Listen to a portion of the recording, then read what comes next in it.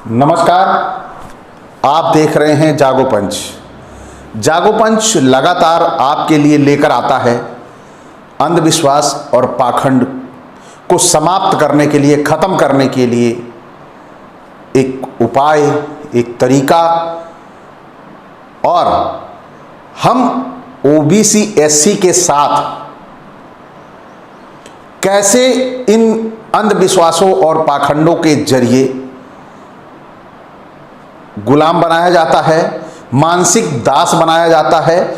हमारे अपने ही लोग हमारे अपनों को नहीं पहचानते इन्हीं पाखंडों और अंधविश्वासों के जरिए। तो इस सिलसिले में आज ये जो वीडियो हम बना रहे हैं ये और भी महत्वपूर्ण होने वाला है, क्योंकि आज जो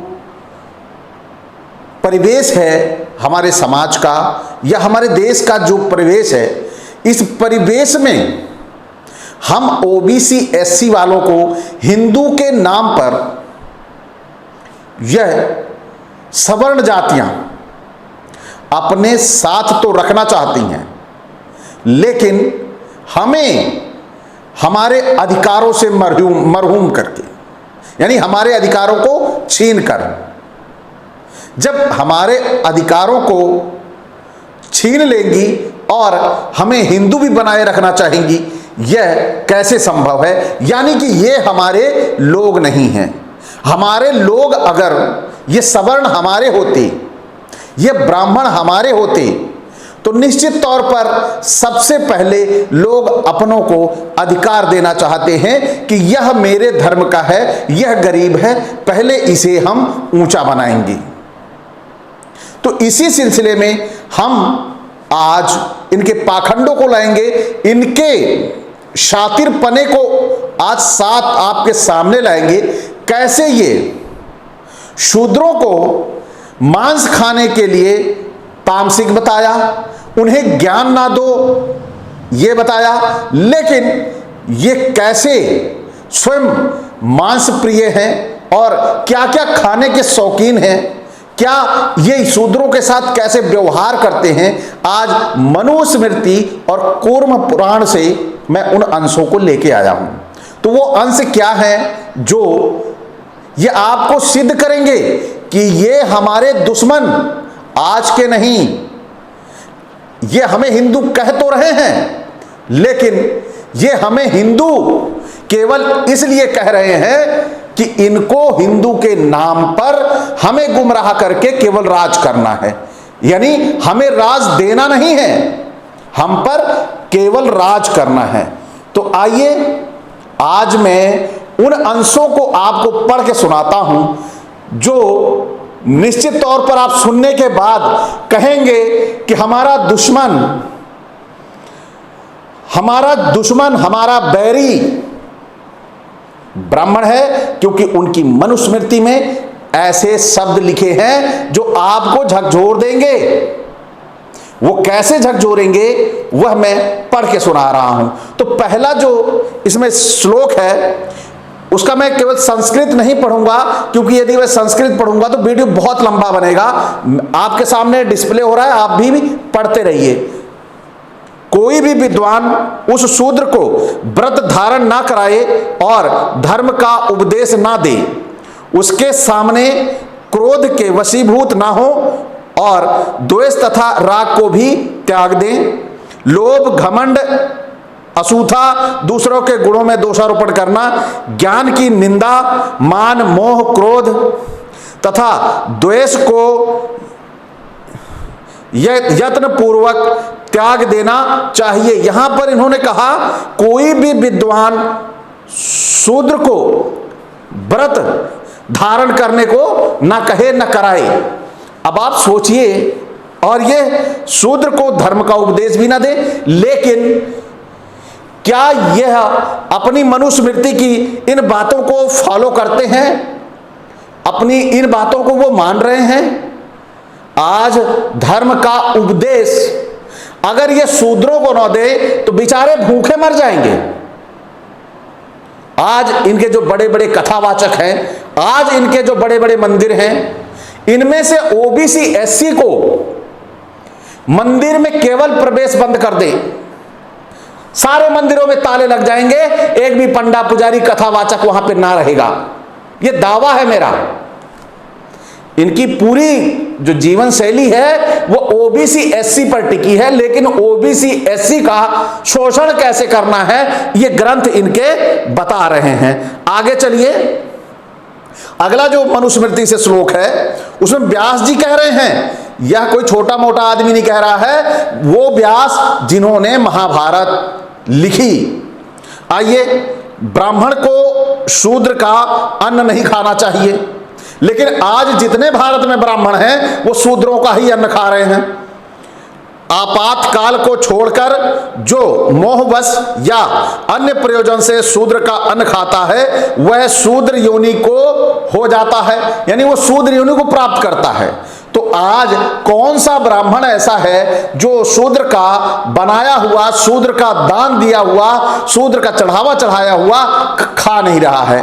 आइए चलिए, ये एक बार के लिए है, लेकिन यदि कोई ब्राह्मण लगातार ज्यादा खा ले, यहां तो ब्राह्मण नहीं तीनों को लगा दिया, जो क्षत्रिय वह ब्राह्मण और वैश्य तीनों को कह रहा है, जो द्विज 6 मास तक निरंतर शूद्र का निंदित आहार ग्रहण करता है वह जीवित अवस्था में ही शूद्र हो जाता है और मरणोपरांत भी उसे वही योनि प्राप्त होती है, यानी शूद्र योनि में जाता है। लेकिन यहां तो पूरा जीवन खा रहे हैं। कैसे खा रहे हैं? आप किसी भी एक उज्जैन मंदिर को उठा लीजिए, आप चले जाइए, वहां पे जो चढ़ावा जा रहा है वहां पर ओबीसी एससी का 90% चढ़ावा जो है ओबीसी एससी का है। तो आप सभी देखिए ये कैसे अपने ही ग्रंथों पर खड़े नहीं हैं और हमें हिंदू ओबीसी एससी को जबरन हिंदू कहने का दावा करते हैं, जबकि इन्हीं शूद्रों के साथ कितना घृणित व्यवहार है इनका कि इनके घर खाना खाने पे भी अपने आप को निंदित बताते हैं। आइए आगे चलते हैं और देखिए यह जातियों के साथ, शूद्रों में भी उन जातियों के साथ कैसा घृणित व्यवहार कर रहे हैं। देखिए, आप देखिए डिस्प्ले हो रहा है, आप भी पढ़िए, जिससे आपको, जैसे हमारे कुछ लोग ऐसे हैं वो सोचते हैं कि मैं खुद बना के ये श्लोक ले आता हूं, तो मैं खुद नहीं बनाता, यह मनुस्मृति से लाया हूं मैं। आप देखिए यहां पे नट अथवा राजा, नर्तक, बढ़ई, चर्मकार, मोची, किसी जन समूह का और वेश्या का अन्न, इन 6 प्रकार के अन्नों का त्याग करना चाहिए। किसको? ब्राह्मणों को। और त्याग तो करना चाहिए, यानी चलिए ठीक है ये गरीब है इनका ना खाएं, लेकिन इनके अधिकार तो ना छीने, इनको मिलने वाले आरक्षण से उन्हें तकलीफ है। लेकिन यहां पर बता रहे हैं कि कैसे दयालुता दिखा रहे हैं। ये दयालुता है या वह उनकी जाति छोटी है, उनके यहां नहीं खाना चाहते? यहां पर दोनों चीजें हैं। ये क्या है अब ये उनकी भावना ही जाने। आगे चलते हैं। उसी प्रकार चक्रोपजीवी अर्थात चक्र निर्माण करके आजीविका चलाने वाला, चक्र चलाने वाला यानी प्रजापति जिसे हम कुम्हार कहते हैं, और तेली, कपड़े रंगने वाला या धोबी, चोर, मद्य विक्रयी, गायक, लुहार, सूतक के अन्न का भी त्याग करना चाहिए। ये त्याग तो सभी का करना चाहिए, लेकिन करेंगे नहीं। अगर वहां से इन्हें दान दक्षिणा मिल रही है तुरंत लेंगे, उसमें देर नहीं लगाएंगे। भेदभाव पूरा रहेगा, लेकिन उनके साथ समानता नहीं आएगी। धन पूरा चाहिए, उनको विचारों को अधिकार, उनको विचारों को न्याय नहीं चाहिए। यही इनका ये जो मनुस्मृति है वो कहती है, वही इनका संस्कार है। आज वही हमारे साथ ये व्यवहार कर रहे हैं, जबकि उस खुद व्यवहार पे नहीं टिके हैं। आइए आगे चलते हैं, फिर बात करते हैं कैसे कैसे इनके खान पान के रवैये। हम शूद्र हैं, हम मांस खा ले, हम लहसुन खा ले, हम प्याज खा ले, हम तामसिक हो गए, लेकिन यह कैसे सब कुछ खा लें और यह सात्विक गुणों वाले बने रहें। आइए बताते हैं कैसे मांस खा के भी ये सात्विक है, यह उपाय इन्हीं के पास है, हम लोगों के पास नहीं है। क्योंकि मैंने शुरू में ही बताया था, हमको ज्ञान देना, हमको शिक्षा देना इन लोगों ने अपराध बना रखा था। तो आज ये मांस कैसे खाई जाती है, मांस खाके कुकर्म करके आप कैसे सात्विक बन सकते हैं, यह इनसे सीखिए। आइए पढ़ते हैं आपको। गाजर, पलाश, कुक्कुट माने मुर्गी, गूलर, लौकी खाने से द्विज पतित हो जाता है। यानी लौकी जो शुद्ध आहार है, लौकी भी खाने से ये बेचारे पतित हो रहे हैं। गजब का कमाल का इनका साइंस और विज्ञान है। आगे चलते हैं। कृष्ण तिल का चावल से निर्मित पदार्थ और संयाव यानी हलवा, खीर, मालपुआ, असंस्कारित मांस। अभी मैं थोड़ा एक्सप्लेन करूंगा इसको। देवों को अर्पित अन्न, हविष, यौन जौ का खीर जो होता है, मातुलिंग, मंत्रों द्वारा असंस्कृत मत्स्यादि, नीम, कदम्ब, कपित्थ, कोटफल, पीपल के फलों का त्याग करना चाहिए।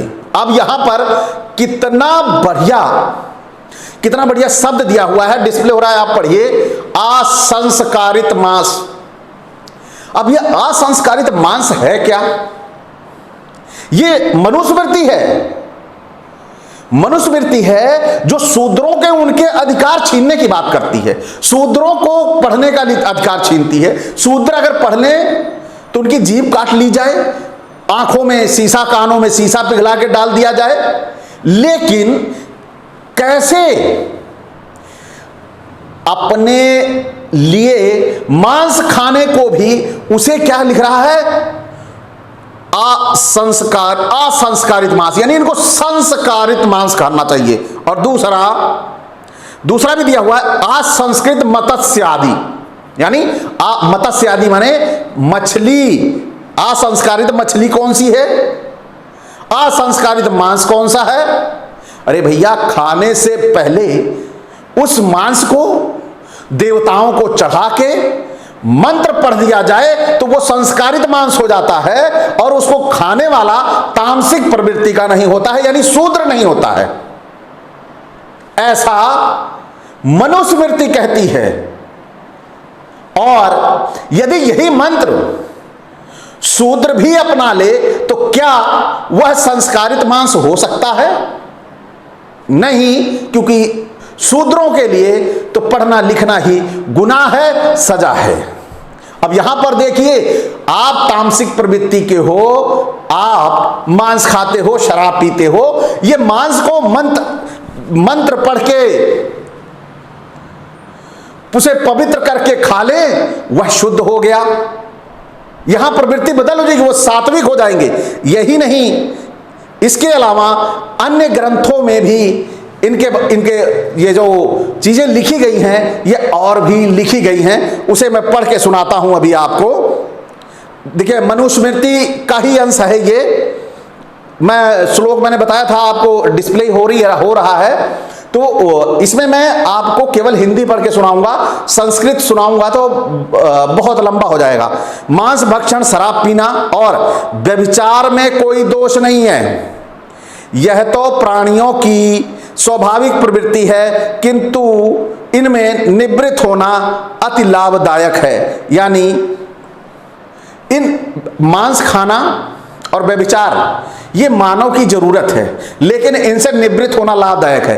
एक तरफ तो कह रहा है कि आपकी इच्छा है जम के खाओ, और फिर कह रहा है बाद में कि ना भी खाओ, क्योंकि इनसे मुक्ति पाना भी जरूरी है।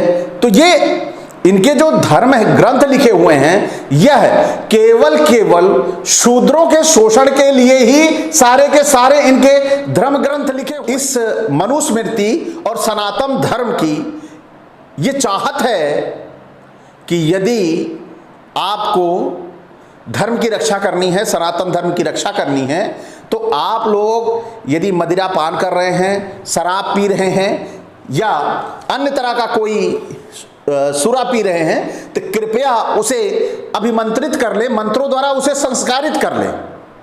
मांस खा रहे हैं तो सबसे पहले उसे संस्कारित कर लें, उससे जीव हत्या का पाप आपके ऊपर नहीं लगेगा। ऐसा ये इनके ग्रंथ कहते हैं। कैसा इन्होंने अपना टेक्निक लगाई है। अब आगे देखिए, खरीद कर अथवा स्वयं मारकर मांस तैयार करके अथवा दूसरे के द्वारा भेंट किए गए मांस को देवताओं और पितरों को अर्पण करके खाने से मनुष्य दोष भागी नहीं होता। अब आप यहां पर आपको तुरंत हंसी आ जाएगी, यानी कोई दान दे दे और उसे देवताओं को चढ़ा दिया जाए तो वो पाप नहीं होगा, वह बड़ा पुण्य का काम होगा, वो जीव हत्या नहीं कहलाएगी। क्या शिक्षा प्राप्त कर लेना, शिक्षा प्राप्त कर लेना और शिक्षा प्राप्त करके उस पर कब्जा कर लेना, आगे किसी को शिक्षित ना करना, क्या यही आपका संस्कार है? यह संस्कार नहीं। यह समाज को, आप अगर ज्ञानवान हो जाओ तो क्या आपकी जिम्मेदारी बनती है कि आप समाज को गुमराह करोगे, समाज को गुमराह करके ठगोगे, समाज को गुमराह करके चंदा और दान के नाम पे लूटोगे, पैसे को हाथ का मैल बता के अपने लिए दान करवाओगे। क्या यही आपके संस्कार हैं? आप जीवों को खाने की बात करते हैं, वो भी उन्हें मंत्रोच्चार करके, उन्हें संस्कारित करके। ये कौन सी आपकी सनातन धर्म की परंपरा है? कौन सी सनातन रक्षा है? ये आप सनातन धर्म का अपमान कर रहे हो। ये चंद शातिर लोग सनातन धर्म का अपमान कर रहे हैं, जो सनातन धर्म को तोड़ने के तरीके ये जो बना रखे हैं। आइए आगे चलते हैं, क्या कहता है इनका श्लोक। जो मनुष्य यथाविधि श्राद्ध या मधुपर्क में समर्पित मांस को नहीं खाता है, मरकर संभवतः वह पशुओं में 21 जन्मों तक पशुओं का जन्म पाता है। यानी अगर आप संस्कारित मांस को खाते हैं, नहीं खाते हैं, असंस्कारित मांस खाते हैं, तो आप 21 जन्म पशु बनेंगे, और उसे अगर संस्कारित कर लेंगे तो आप सारे पाप आपके क्षमा हो जाएंगे। क्या तरीका बनाया गया है कि आपको खाना है, आपको पाप करना है, तो आप मंत्रों का सहारा लीजिए। यानी मंत्रों के द्वारा इन्होंने अपने लोगों को शुद्ध करने की परंपरा बना रखी है और दूसरों को सजा देने का प्राविधान कर रखा है।